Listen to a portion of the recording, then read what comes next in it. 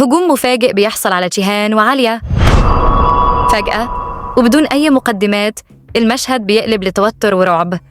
الخطر بيقرب منهم وحياتهم فعلا بتكون في خطر. وفي وسط كل ده حريق بيشتعل في قصر البورة. مين ورا الحريق؟ وهل في حد اتأذى؟ لكن المفاجأة الأكبر انفصال 2 من شخصيات المسلسل.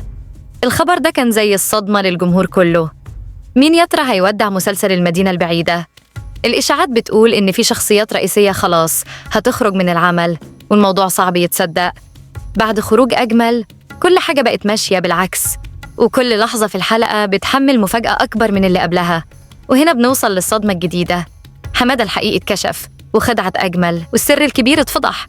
واللي أصعب من كده، الكل بيأكد إن جيهان هيتصاب. بس هل ده فعلا هيحصل؟ مينا، والسؤال هنا، هل مينا هتروح تقول للأجمل ولا هتحتفظ بالسر؟ وفي وسط ده كله في تساؤلات كبيرة حوالين شخصية ديمير. هل هيقف جنبهم ولا هيكون هو العدو الجديد؟ كل ده ولسه مخلصناش. المفاجآت بتكبر واللحظات الصعبة بتزيد، والتهديد الحقيقي بيقرب من عالية وجيهان. هل فعلا جيهان هيتصاب في آخر الحلقة؟ وهل هيحصل حدث صادم محدش متوقعه؟ وهل فعلا هنودع شخصية رئيسية جديدة؟ كل التفاصيل والأسرار هتتعرفوا عليها في الفيديو ده. تابعوا معايا للنهاية. قبل ما نبدأ عندكم دقيقة، لو لسه مش مشتركين في القناة يلا اشتركوا دلوقتي وفعلوا الجرس علشان ما يفوتكمش كل جديد، واعملوا لايك لو الفيديو عجبكم. الفيديو النهاردة مليان أحداث مش هتصدقوها، أسرار هتتكشف وتطورات هتخليكم في حالة صدمة. واكتبوا لنا رأيكم في الكومنتات، عايزين نسمع أفكاركم.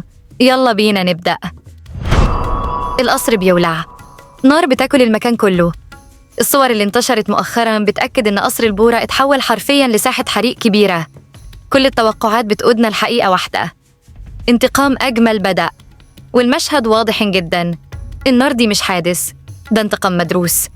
من أول ما أجمل خرج من السجن والكل بيحس إن في حاجة غريبة بتحصل، لكن الحريق ده خلى الكل يتأكد إن رجوعه للساحة هيقلب الدنيا.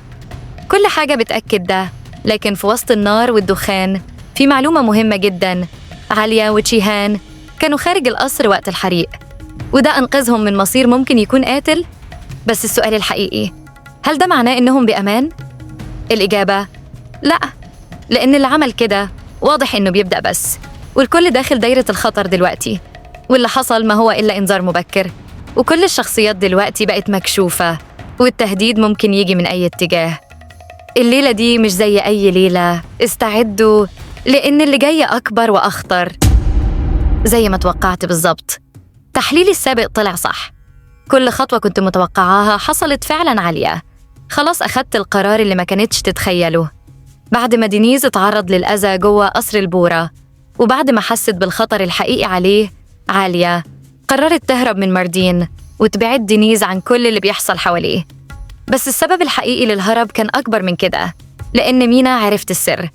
عارفة إن بوران هو ابن أجمل، إن مينا هددت عالية بالسر ده.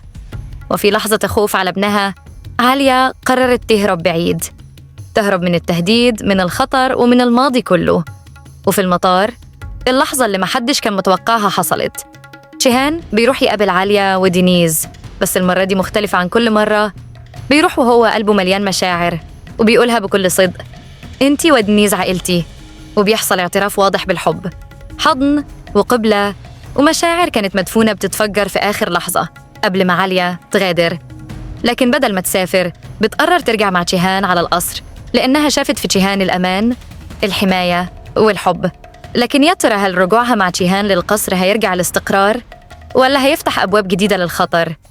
إيه اللي هيحصل بعد الرجوع؟ في شخصية مهمة هتنفصل عن المسلسل، والخبر ده صدمة لكل الجمهور. مين يا ترى اللي هيودع المدينة البعيدة؟ وإزاي ده هيأثر على باقي الأحداث؟ خليكم معايا للآخر عشان نكتشف مع بعض كل الأسرار، ونعرف مصير عالية وجيهان والشخص اللي هيفارقنا في المسلسل وهيكسر قلوبنا. ظهور حمادة الحقيقي في الحلقة الجاية هيقلب كل الموازين، خصوصاً بعد ما عرفنا إن حمادة اللي ظهر قبل كده كان مجرد خدعة من أجمل، خدعة متقنة، والهدف منها إنه يغطي على الحقيقة الكبيرة، إن حمادة هو السبب الحقيقي في قتل بوران. يعني اللي شفناه مش هو حمادة، لكن دلوقتي حمادة الحقيقي راجع، ورجوعه مش بسيط ولا هيعدي مرور الكرام. هيكون وراه أسرار كتير وأحداث نارية هتبدأ من لحظة ظهوره، ووقتها السر اللي مستخبي بقاله كتير هينكشف، وجيهان هيوصل لحقيقة صادمة. ووسط كل ده الناس هتفضل فاكرة إن نديم هو القاتل، لكن الحقيقة هتكون أعمق وأخطر من كده. أما عن كايا فالأحداث معاه بتاخد منحى جديد ومثير. كايا قدر يبعد عن الحادث اللي حصل عليه وأصابته كانت بسيطة، لكن الوضع مش هو نفسه بالنسبة لنديم. نديم هو اللي اتصاب إصابات خطيرة وحياته دلوقتي في خطر، وده بيخلي الغضب والانتقام يولع جوه ديمير أكتر من أي وقت فات. كايا هيقرر يرجع ويعلن عن خطوة كبيرة، وهي إنه ناوي يتجوز إيبك، وده هيغير كتير في المسلسل. في تسريبات بتقول إن كايا وزيرين وصداقات هيتجمعوا قدام محل دهب في مشهد مهم. الصدفة هتجمعهم في المكان ده، وزيرين هتتفاجئ لما تشوف كايا بيشتري دهب عشان يتجوز إيبك، ودي هتكون صدمة كبيرة ليها لأنها بتحب كايا بجد. الصدمة دي هتأثر على زيرين بشكل قوي، لدرجة إنها هتقرر تتخلص من نفسها، مش قادرة تتحمل الألم ده. لكن في اللحظة الحاسمة ديمير هيكون موجود وهيلاحقها قبل ما تعمل أي حاجة، وهيحضنها ويحاول يوقفها عن القرار ده. المشهد ده هيكون نقطة تحول كبيرة في الأحداث، وهيأثر على علاقات الشخصيات بشكل عميق.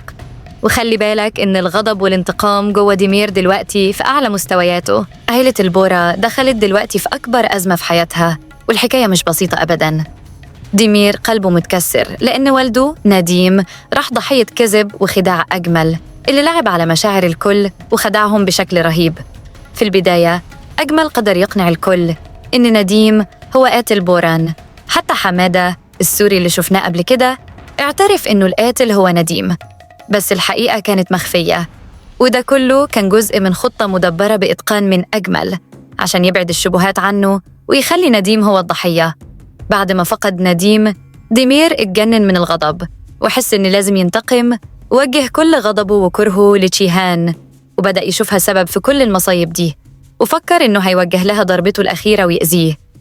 لكن اللحظة اللي كلها مفاجآت، بعد ما كان ديمير ناوي يعمل اللي عنده مع جيهان، الحقيقة وصلت وكشفها جيهان بنفسه، وقال إن أجمل كان بيخطط لخطة كبيرة ومعقدة، وهو العقل المدبر وسبب موت والده نديم بكل تفاصيل اللعبة.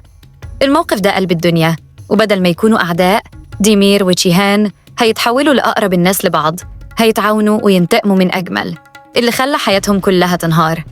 التحالف ده هيغير مجرى الأحداث كلها، والصداقة اللي كانت مستحيلة بين ديمير وجيهان هتخلي الكل يستغرب.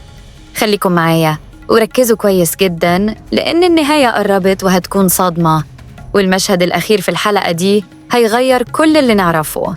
بعد سنين من الصراع والتحدي وأسرار كتير ما بين الخفايا، قدر شاهين ونارا يحققوا حلمهم ويتوجوا حبهم بزواج سري.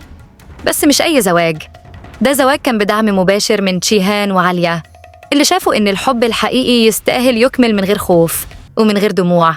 جيهان بالذات كان نفسه يشوف نارا سعيدة، نفسه تتهنى بحياتها بعيد عن دوامة الانتقام، بعيد عن صراعات أجمل وصداقات اللي دمرت حياة ناس كتير. علشان كده وقف جنبهم وساعدهم، لأنه عارف إن نارا وشاهين يستحقوا فرصة.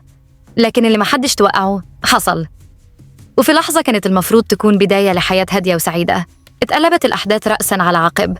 أجمل ظهر فجأة في القصر، رجع تاني وفي توقيت قاتل. ظهوره مش بس غير الجو العام، لأ، ده غير مصير الناس كلها. ونوصل دلوقتي للأهم بارت وأصعب مشهد في الموسم كله، اللحظة اللي الكل كان مستنيها. وأخيراً وبعد سكوت طويل، جيهان بيعترف لعالية بحبه. الكلام بيوصل لقلب عالية، والعيون بتتكلم قبل الكلام، وتقرر ترجع معاه، ترجع للقصر وترجع للحب اللي كانت دايماً بتحاول تهرب منه. لكن الفرحة عمرها ما بتكمل، وأثناء رجوعهم وفي لحظة المفروض تكون بداية جديدة، الهجوم بيحصل. في مشهد صادم، عربيتهم بتتعرض لهجوم مسلح، والمشهد ده بكل تفاصيله بيذكرنا بالنهاية الأسطورية في الهيبة. لكن الكاتبة هنا خدت من الهيبة الصدمة، ومن المدينة البعيدة الألم، وخلقت نهاية جديدة بطريقتها الخاصة. جيهان بيتصرف بسرعة، بيهرب عليا ودينيز، وبيحاول يحميهم بكل طاقته. في شخصين بيتصابوا إصابات خطيرة، وكل التوقعات بتقول إنهم هينفصلوا عن المسلسل بشكل نهائي، لأن النهاية دي مش مجرد هجوم، دي رسالة واضحة إن الحرب لسه ما بدأتش، وإن اللي جاي هيكون أشرس. قفلت الموسم، صدمة، وكل دلوقتي بيسأل نفس السؤال: مين اللي ورا الهجوم؟ ومين اللي هنودعه إلى الأبد؟